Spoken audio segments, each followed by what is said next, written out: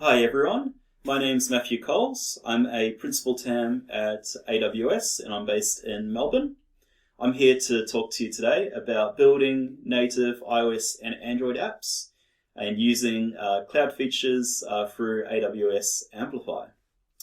Now, I will be doing a little bit of live coding towards the end of the presentation, so please have a look at my GitHub if you want to check out what we've created. Hopefully it's good. I'll probably only have 25 minutes to rush something out, so don't judge me based on that, but feel free to check it out. And on the other side of it is if you want to give me a follow on Twitter, that'll be much appreciated. I will follow you back. And I'm hoping to have some really exciting blogs and things posted in the future as we kind of develop Amplify and as other things kind of interest me in the dev community, as well as from the AWS space. So give me a follow if you want, that would be much appreciated.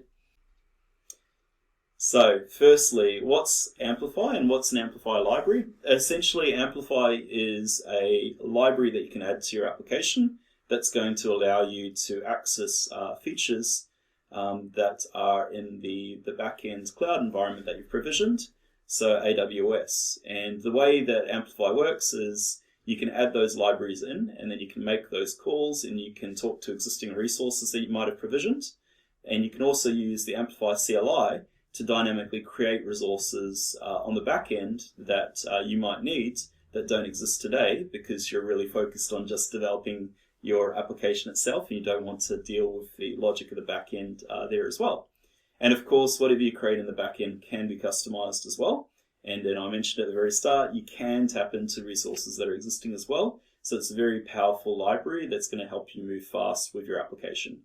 It's also category-based. I'm a big fan of category-based SDKs. There's been a number of SDKs that have come out that I've seen and they've tipped my app into a massive size. And then it's been hard to get through the App Store in particular. So being able to just bring in what you need in terms of each of the different libraries is going to save your app space, and you can just bring in what you actually need in particular to add some value. So I really like that methodology, and it keeps my app size down. Now, Amplify has been around for a fair while. We were really focused at the start of Amplify on JavaScript frameworks. And so you would have seen Vue come in, you would have seen React Native, React, Angular. These are all the frameworks that we supported before reInvent last year, so before November 2019. Now, we had Mobile Hub that allowed you to do some things with your native applications, and that's kind of why we focused on JavaScript at the very start. And Mobile Hub kind of fit in that gap where you could interact with some of the cloud services in the back end. But Amplify has become really fully featured, and we've moved to using Amplify for basically any app that you'd like to integrate with the cloud, as it's quite convenient and handy. You may have seen Mobile Hub in the past, and you might be wanting to know the differences. It's not going to be for this particular conversation, but let's just say that going forward, Amplify is going to be the best way to get you there in terms of using a cloud backend. Now, I've chosen the predictions library for coding, and we're going to try and make a simple app. I've only got 25 minutes to run through that app, roughly, so it's going to be very, very fast. I'm going to have to add authentication at the very start of the application as well, and I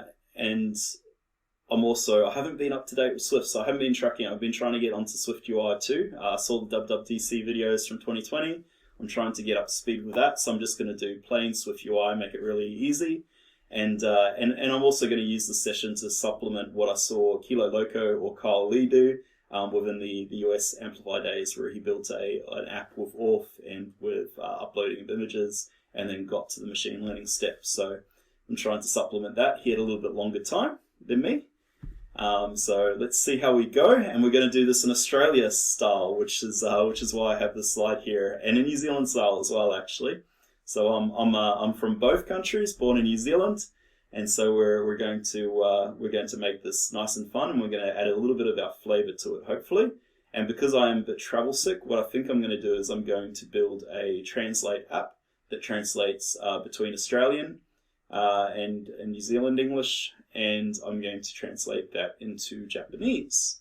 So I might use that one day when I can travel again. Let's see.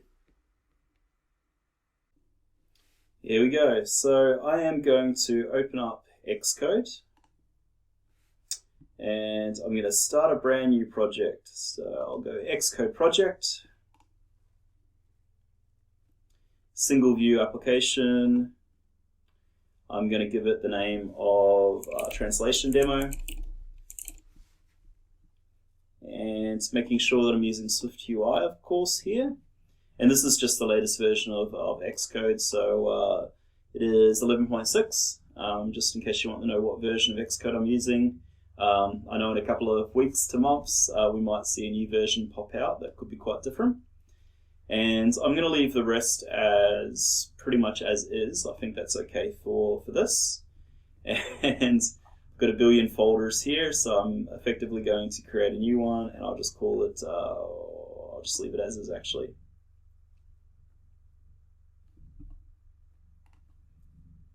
And let's just double check that. Translation demo, yep, okay, cool, we're in business. So I've got the base shell here, and I'll make sure to increase the size for everyone. And I will close down automatic preview now and make it a little bit bigger.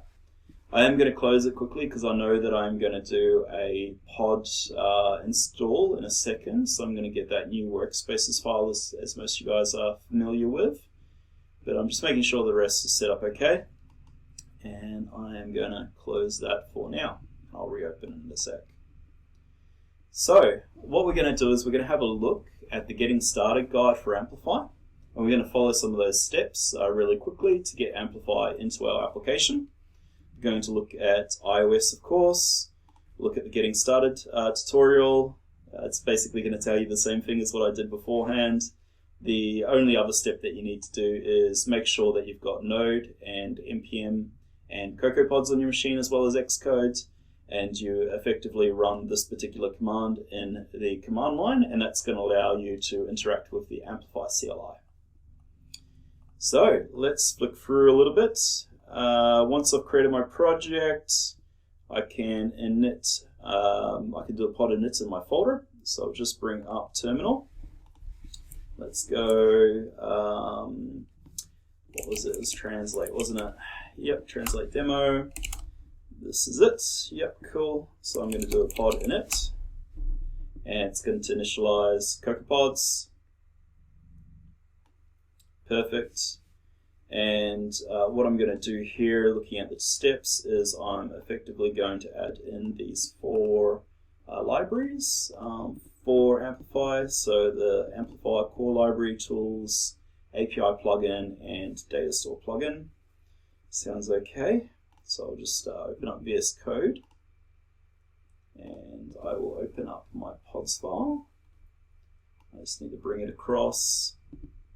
And translation demo, here we go, the pod file itself. I'm going to whack in these four. Stick the format looking pretty nice. I really don't like it when they're out of whack. So just got those four there. I'm going to go ahead and save that. I probably don't need VS Code for the rest of this. You could have done that in Xcode as well. It's just I tend to open random files in VS Code when I need to quickly do something. And what I'm going to do now is I'm going to do the pod install step. So I'm going to get these Amplify libraries installed in the CLI. In the command line. Here we go. Won't bother about updating. Hopefully this will go very fast. Australian internet sometimes does let me down. Cool, that looks okay. So if I go back to my folder, I can see that I've got the XC workspace file now. This is the file that we'll be using from now onwards. So that will open up in Xcode. And what I will see here is we've got pods down here. So that's cool. And then in here, we will probably have to do some work. I'm going to just go back to the documentation. Might click on the name of the app at the top and see what we need to do. So we need to select targets in Xcode. Yep, I got the target selected, and we are going to do a new run script phase. So let's just go to build phases, and I think I can edit it here. Yep, there we go, run script phase. I'm just going to rename this to Amplify Steps. And let's see what it wants us to add in. So it wants us to add in this particular command. Let's get that in there. And was it in a shell? Yeah, it's just underneath. Cool. So I'll just put it in here. And that should be good. I'll just quickly save that. And then what does it want me to do? It wants me to make sure this goes just after check pods phase. So I might just drag it up, shrink it down, and then I will drag it to over here. And then if I do a build, we should be able to see our project. Let's check it out. So all of this is just getting Amplify hooked up for the very first time in our app. We'll get to the fun stuff in a second. Let's just make sure that everything works first, eh? Okay, man. Okay, here we go. We had a successful build. I think we're in business. Let's have a look at what else we need. Telling us about what's in here. Let's just check out structure. So I think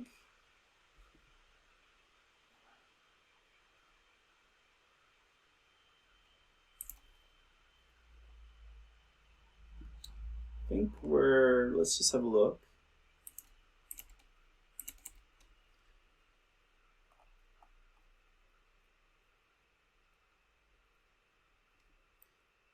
I think we'll need to get those two files into Xcode by memory. But I think we're pretty much in a good space now. So what I'll do is I'll just open Xcode, and I am going to grab the Amplify config and AWS config JSON, and I'll just put it at the root of the translate demo. And yeah, copy items if needed, but they should be in there. Okay, cool. I'll just quickly test out and run the app.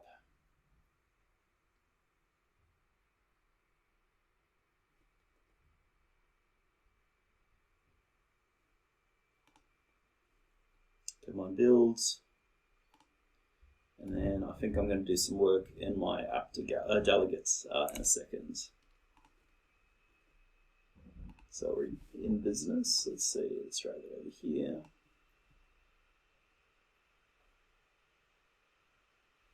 And launch the app. Come on.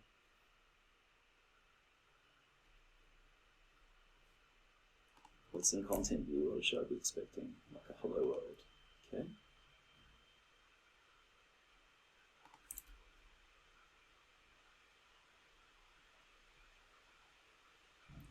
And the fan is going crazy. Yeah, okay, here we go. We're in business. So what I'm going to do is I'm going to skip the rest of the steps of the tutorial. I'm just going to go into the libraries, and I'm just going to go into predictions and make sure we're started. So one thing that I think I need to do is I need to get Amplify initiated from a CLI perspective. So I'm just going to do an Amplify init. That will be in command line in my root folder. I'll just skim down all the options. I'll select dev environment, no default editor because I'm using Xcode. Just going to use CloudFormation. And I want to use an existing AWS profile. If you haven't installed Amplify beforehand, one step that you should do is an Amplify configure.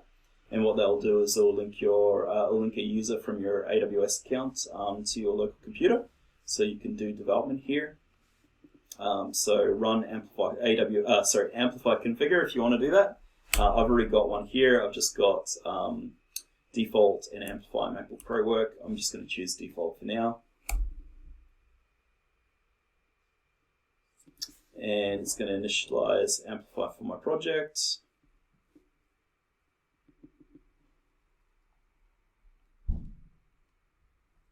And then what I think I'm going to have to do is I'm going to have to add predictions in, and then go through these steps in the CLI to add the predictions library into the CLI. That will allow me to then do an Amplify push so that there's resources in the cloud that I can essentially tap on within my application. So that's why we're doing the CLI step. I will run that command now, if I can type. Amplify add predictions. And we are going to do we're going to use the translate language. So yeah, let's go with this. It looks like I can choose it in here. It's actually got the right area. That's perfect. So convert. And yes, I definitely need Cognito. I didn't run that Amplify add authentication command before. So I want this to be in my project. I'm going to choose default. I want to leave everything as generic as possible. I'll follow the guide, so I'm going to add an email as the sign-in step. I don't want to do anything advanced, I'm pretty sure, so I'll say no to that option. And we are going to translate text in a different language. I will just go enter on the next option. I don't really want to give it a friendly name. I'm trying to rush through this.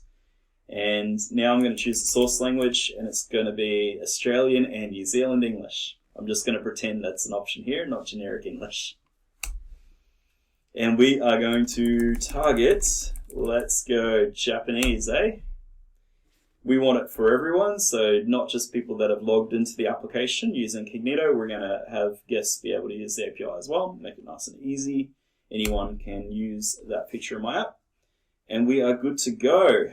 So what I'm going to do now is I'll run this in the background, but it's essentially an Amplify push. And what that's going to do is that's going to set up all the cloud resources in the backend. And then as I build it out, I should be able to access the translate components through the predictions library. So it's going to create all these resources here. So an API, an auth layer, Cognito, and the predictions resources. So let's go ahead and get that created. Do we want to do that? I'm going to go no in particular. I just want all this pushed out.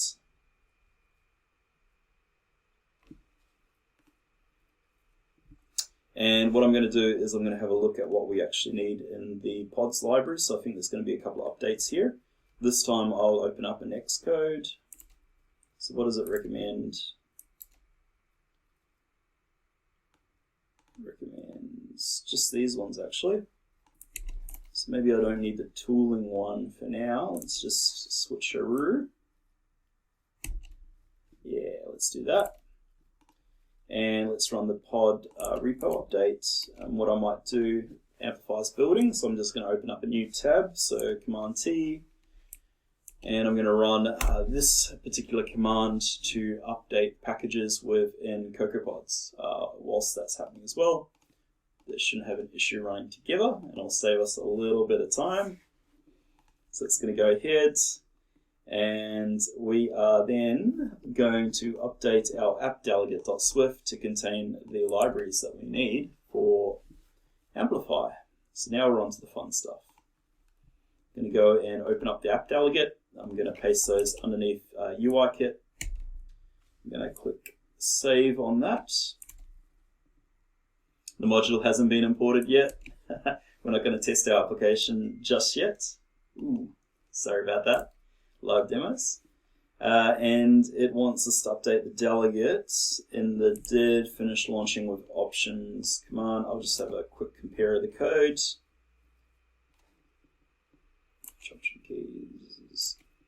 Okay, so there's nothing really in here by default, so I should be able to just replace did finish launching with exactly what's in the documentation. And now this is how we translate. So we have this translate text function, and it's got default phrase in for Spanish. What I'm going to do is I'm going to sneak this particular translation text into my content view. So I'm going to, how do I want to do this? I want to just put it underneath here, I'd say. And that should be Japanese. Okay, so we'll get a translation of I like to eat Japanese. I like to eat spaghetti in Japanese. Okay, cool. We'll fix that in a second. Let's just see how everything's running at the moment. Still updating cloud resources, still updating the library there. We're getting there. Push for time, I can see. What we are going to do in the interim then is maybe get this view working with maybe a button, and maybe what we'll need to start off with first is have a couple of variables. So text to convert, define it as a string, and so this is effectively what I think we'll have for the text that'll come through on the button when I create the button. What I might do is I might create another one for the converted text. So I think we're going to be good with those two variables. Then now we're going to look at the view. How is this going? Okay, we've got that installed, and that's there as well. I'll start the automated view, and what we're going to do is we're going to wrap that into a VStack. And do some basics around it, leading, okay, and then we'll have text fields, and this will be, let's make this user input as the label, and we are going to have text. And then we'll select that text to convert and pop that in there. So I think that's good. What's the issue? Use of undefined identifier. What have I done? What have I done?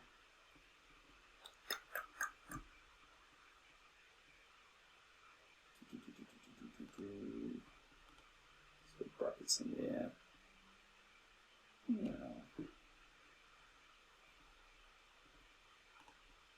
Should be right. Let's see if it complains. It's just Xcode being weird. You know what it is? It's going to be that, isn't it? Live coding, eh? Okay, so what we're going to do is we're going to have our button, and within that button we are going to have a action. And that action is going to effectively do the self.translate text command. So I'm going to call that when the button's hit. And what we'll have next is a label for it, eh? Should probably have a label. And the label will be text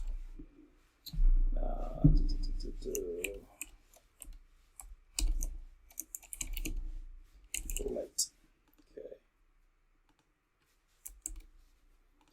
Okay, what's happening up here?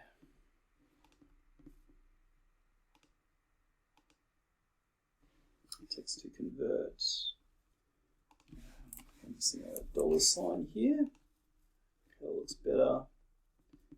And yeah, we're going to have to pop in Amplify libraries into this section here. So I'll grab those because it doesn't know what I'm talking about with the function that I added in. Hopefully that will fix it up. And hopefully Xcode becomes a little bit happier. And we're going to add in a text cell, and it's going to say Japanese translation, and then we'll have the converted text referenced in here. So we'll grab that variable, we'll pop it in there.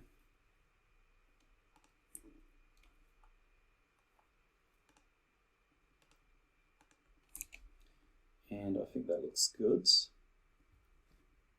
just try the live view. And what we're going to do is, we don't want to translate I like spaghetti. So we'll put in the text to convert. There. Come on, Xcode, catch up to me. We've got the language as Japanese, and then oh yes, excellent, here we go. Okay, and I think the final step is, rather than print the results text, which we can do to check, let's just change the data for converted text. Self.converted text equals the result of this text from the conversion. Okay, let's test it out. Let's see how we've done. I'm going to spin it up in the simulator, and fingers crossed. I think I'm going to be exactly on time with this one, so let's see. Hopefully not too far over, and hopefully we don't have any issues doing this straight away. Come on, simulator, catch up with me. We're on time limit here. Build faster. I need an i9 Mac Pro maybe. Okay, here we go. User input. Let's go. Oh, yep, yeah, I don't care about that. Yes. Let's go hamburger. And if I hit the translate button, theoretically, should see the Japanese translation. And this would be using Amazon Translate in the backend for the predictions API. Yes, there we go. So very, very quickly, we have effectively plugged in Amplify into our application, and we've just leveraged a couple of different libraries here, the plugins and predictions plugin API. We've got a auth profile as well for non-authenticated users, so we can call the API as well and interact with some of the back-end resources. And we're able to translate things. Let's just translate another word, double check that that wasn't magic. What do I want to translate? Let's translate artificial intelligence, eh? Intelligence demo. Yes. And yep, it looks like it's updating. Let's try one other thing, make sure this is purely not luck. Let's go with pizza, my other favorite food. Yeah, perfect. Thank you guys. We're in luck. Check out the code on GitHub when I push it there. Very exciting that we managed to do that on time.